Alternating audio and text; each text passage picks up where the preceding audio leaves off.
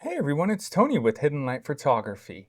And today we're going to be doing part 2 of using BlurXTerminator's correct only on individual channels.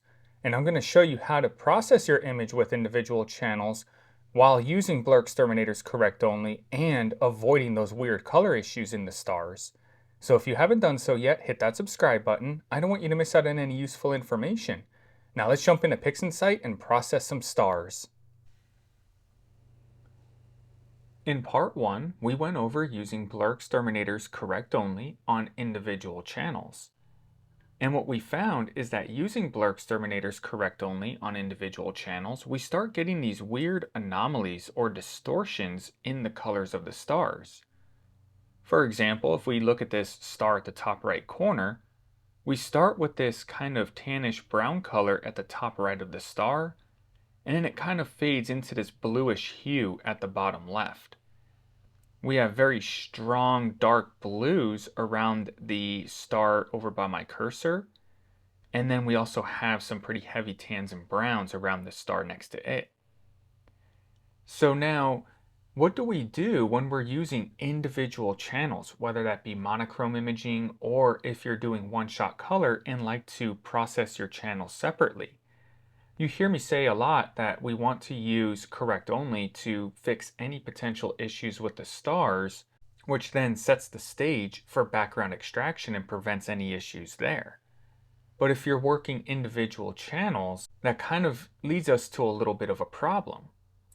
And today, I'm going to show you my workaround on how I get around that. So let's go ahead and minimize the example image.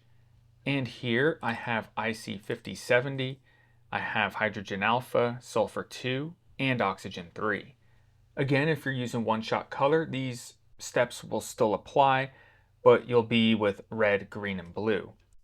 So to get started, we're going to go into Script, HLP, Astro Image Primer. Now down in the options here, we'll see use individual channels, star correction, keep channels separated, and star alignment. Now, if you're using, again, one-shot color and you're processing your images with everything combined, meaning all of the color channels combined, you won't have to worry about clicking keep channels separated, and you can actually use star correction at that point because the script won't run star correction until the channels are combined. But for the sake of this video here, we want to use individual channels. So we'll click use individual channels, keep channels separated, and then this is a monochrome data set, so I definitely want to use star alignment. I'm going to go ahead and put hydrogen alpha into the hydrogen alpha dropdown, S2 with S2, and O3 with O3. If you're using one-shot color, you just match up red, green, and blue. We'll go ahead and choose our linear fit reference type, in other words, highest, middle, or lowest.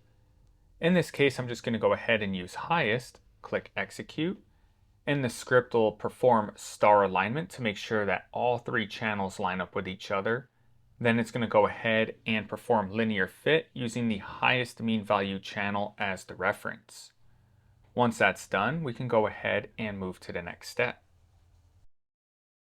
So we'll go ahead and exit out of Astro Image Primer, and then we'll know which ones the script spit out because we'll have the Astro Image Primer tag in them. We'll go ahead and minimize all of the ones that have the Astro Image Primer tag in them, and then we can exit out of the rest because we won't be using them. Let's go ahead and put these off to the side. We'll align the icons. And what we're left with are images that we can continue with, have already been star aligned and linear fit. Now, oxygen 3 here looks a little bit washed out. That's okay. Quick auto stretch fixes that. We'll do a quick auto stretch on each of them. And what we want to do now is crop our images. We want to make sure that we get any stacking artifacts out. So let's go ahead and let's just open up all of them. We'll go to Process, All Processes, and let's come down to Dynamic Crop. We'll draw our cropping box, and then we want to zoom in and ensure that any and all stacking artifacts will be removed with our cropping box. Stacking artifacts can happen due to slight rotational differences, pointing differences, especially if you're imaging over the course of multiple nights, or even imaging in different filters such as monochrome imaging. Once we confirm that all of our stacking artifacts will be cropped out, what we can do is take the triangle and drag it and drop it on the other two images. What that's going to do is clone the cropping box that we just set. Once we have the other channels cropped, we'll just click the green check mark. And now all of the channels are cropped identical to each other. So now what we want to do here, we need a set of starless images that we can process, and then we need a set of stars images that we can process. Keep in mind, we're trying to avoid using correct only on individual channels. Now, my workaround for this, I'm going to clone each of the channels. So once I have all of my channels cloned, which we do right here, let's go ahead and line up our icons. What we're left with is a set of images that we're going to use the stars from, and a set of images that we're going to use the deep sky object. So if we take our stars images, what we're going to do here is go to Process, All Processes, come down to StarAlignment, and because I'm going to be pulling these stars out in their linear form and then putting them back in their linear form, I just want a stars image, stars only. Let's take the triangle, drag and drop, and while this is running, I'm going to explain really quick what I'm doing. I'm going to remove the stars from each of these three cloned images, and these are going to be the stars that I use for my final image. These stars are not going to have correct only done while the color channels are separated. In other words, right here, I don't need this starless image because I'm going to use the starless image from the other set. Now, this will all come together here in just a moment, so bear with me. Let's remove the stars from Sulfur 2.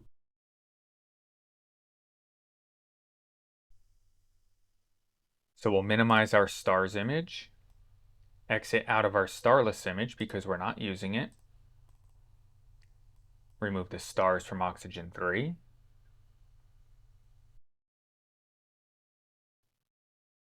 We'll minimize our stars image and exit out of the starless image. Let's go ahead and line these up. And now we'll exit out of StarAlignment. Now we have our images that we're going to be using the deep sky object. So in order to have an effective background extraction, we do want to use correct only. And at this point, it doesn't matter what it's going to end up doing to the stars because we're not going to be using the stars from these. We're going to be using the stars that we just set up. So let's go into Process, All Processes. We'll come down to BlurXTerminator. Make sure correct only is checked. Triangle, drag and drop. And what we're doing here now is we're setting the stage for background extraction. We want to correct any potential issues with the stars that could interfere with good results with background extraction. So now we'll minimize Sulfur 2. We'll come into Hydrogen Alpha. Again, triangle, drag and drop. And then once we're done with correcting the stars on Hydrogen Alpha, we'll move on to Oxygen 3. And if you're using one-shot color, think of it as red, green, and blue. So now we'll go ahead and minimize Hydrogen Alpha, and finally, Oxygen 3. We'll go ahead and exit out of BlurXTerminator. And what we're going to do now is extract the background. We'll go to Script, SETI Astro, Automatic DBE, I like using the default, so I'm just going to take the new instance icon, drag it onto the workspace, and that's going to make it easy to just take it and drop it on the image. So we'll go ahead and exit out of the background model. We'll minimize our newly background extracted image, exit out of the original. We'll grab Sulfur 2, grab the icon and drop it on. We'll exit out of the background model, minimize the newly background extracted image, exit out of the original, and finally, hydrogen alpha. We'll grab the icon and drop. We'll exit out of the background model, again, minimize the newly background extracted version, exit out of the original. We'll exit out of the process or script icon, align our icons here, and now we have the stars that we're going to be using, and we have the background extracted versions to where now we have usable starless images. Only right now they're not starless. So we'll go into Process, All Processes. We'll come down to StarAlignment. And I want to make sure I get a good removal of the star. So I'm going to use Unscreen Stars. And then let's go ahead and do this one at a time. Triangle, drag and drop.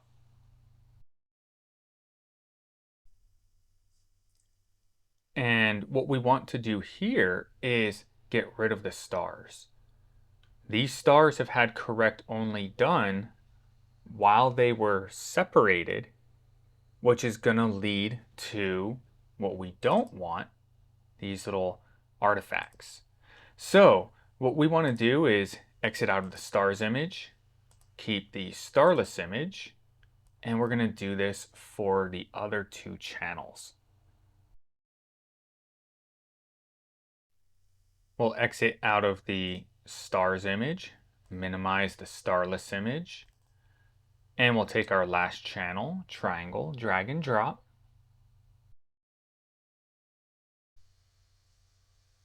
We'll exit out of the stars image. And essentially what we did, just to recap, is we used the stars to get a good background extraction, and then we got rid of them because we used correct only so we could set the stage for background extraction. So now we have a usable set of starless images, DSO images, but then we have our stars images that we're going to be using as our final stars. These have not had correct only done on them yet because they are separated. So now what we want to do is get these to the point where we can run correct only. And in order to prevent these distortions, we need to make sure that they're combined. So what we're going to do here, now this is going to be a little bit of a difference if you're working monochrome or one-shot color. Let's go into Process, All Processes, and come down to Channel Combination. Always make sure to reset just in case you have any residual information in there from a previous project. I'm going to minimize these and exit out of BlurXTerminator to clean up the workspace.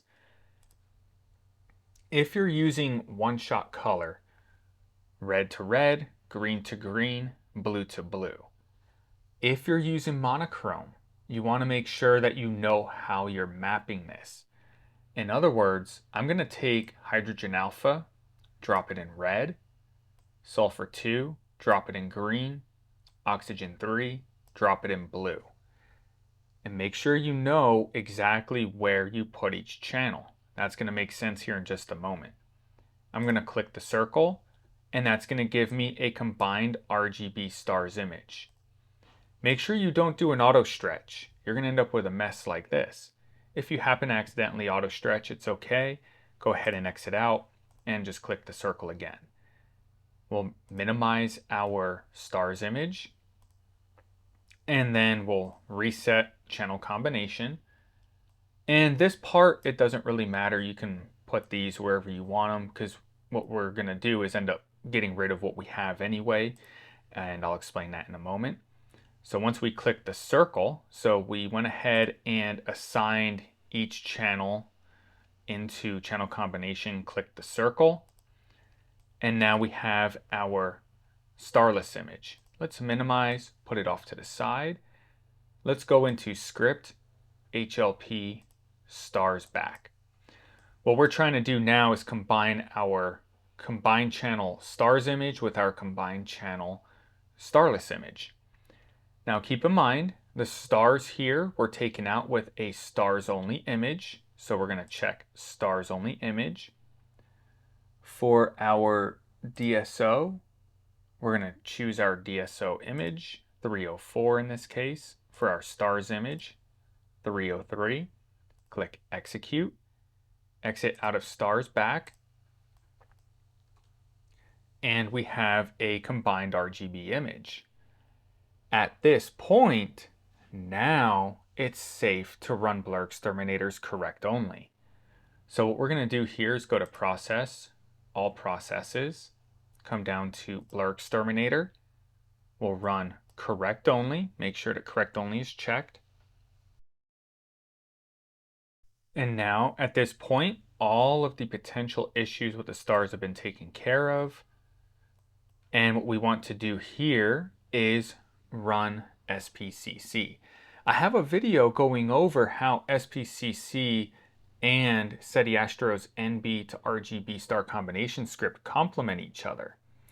This is especially important if you're using a dual narrowband filter with a one-shot color camera.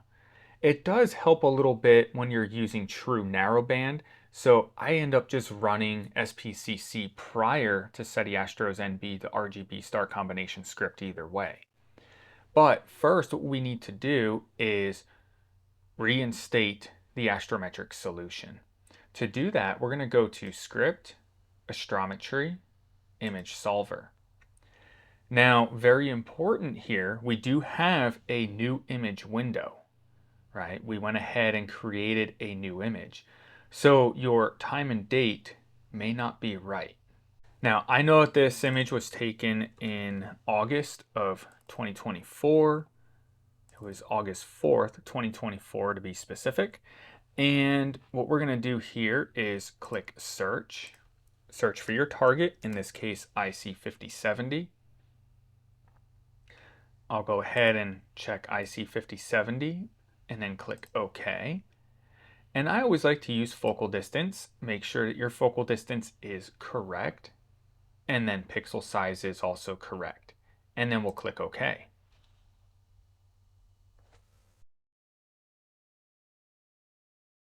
So now our astrometric solution is reinstated.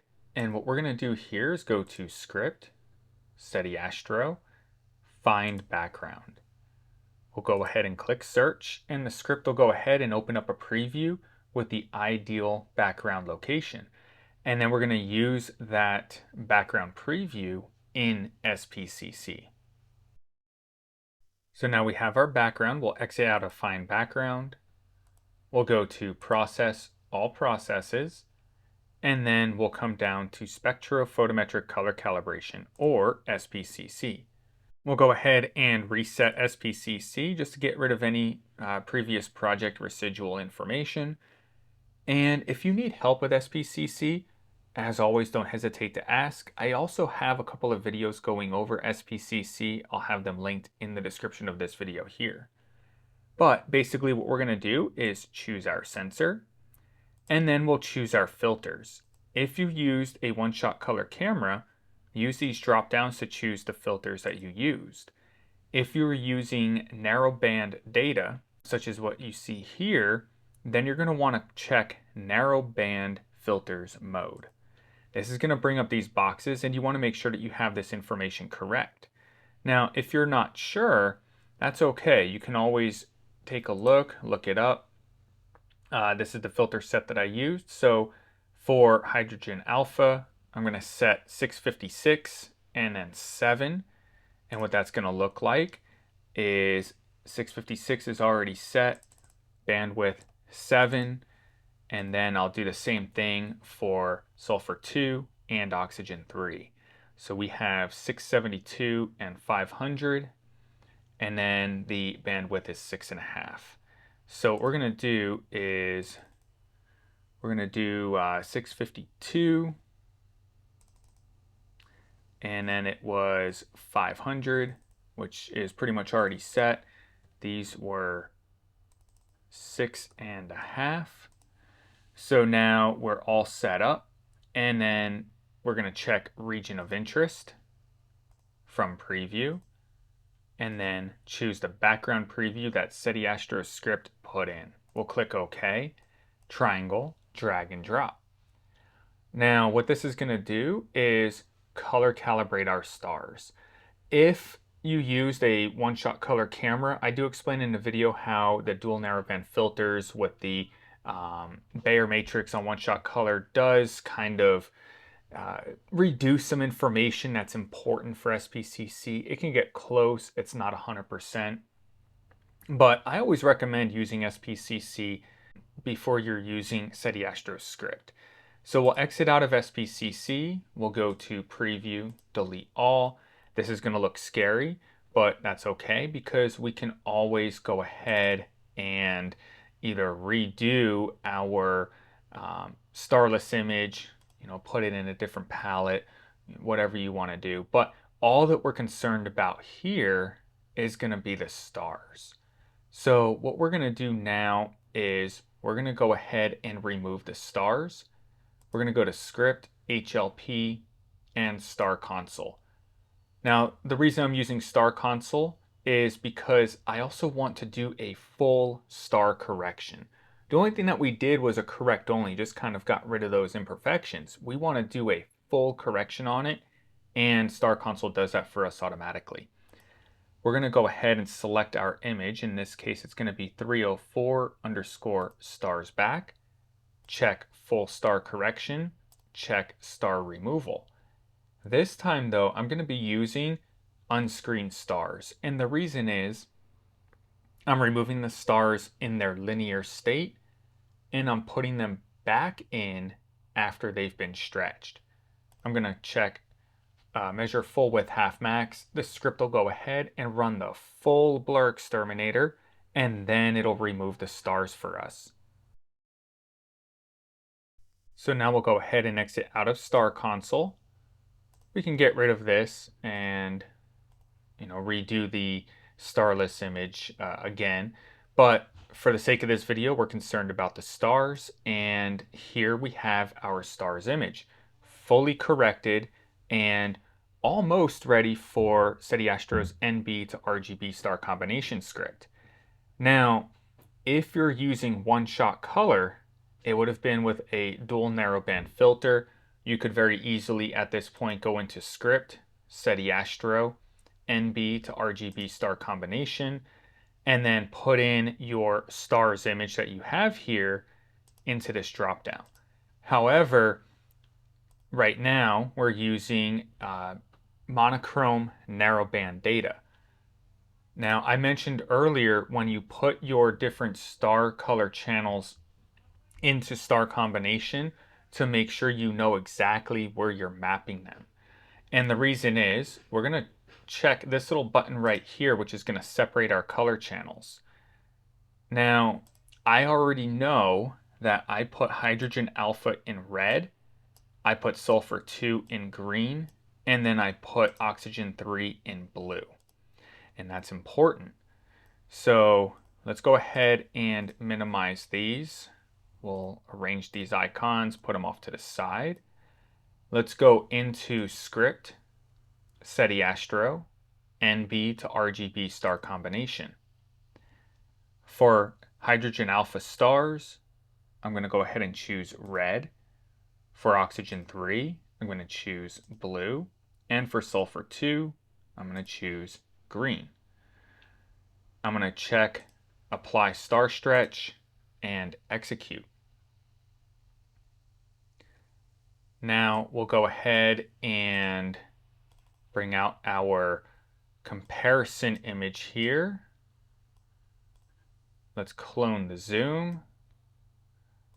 And what you'll see is that the blue, this little star by my cursor here, the blue is not as pronounced. The tannish brown isn't as pronounced. We don't have that heavy dark blue ringing.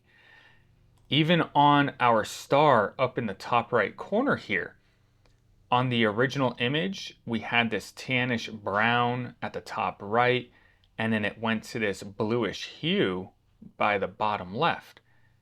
On our new image, where we did not use correct only on individual channels, that distortion no longer exists. We are nice and even all the way around the star.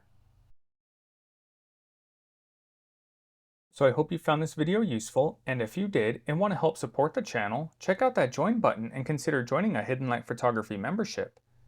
There's lots of perks in it for you, and your support helps me bring you more content. Another way you can help support the channel is checking out my High Point Scientific affiliate link if you're in the market for some new gear. It doesn't cost you anything extra, and the support helps keep the channel growing. Also, do me a favor, that channel icon that popped up, hit that channel icon and subscribe. I don't want you to miss out on any helpful information. Drop a comment in the comment section. Have you noticed any star color issues in your stars? When do you use correct only? And then, check out that next video. Until the next time, clear skies.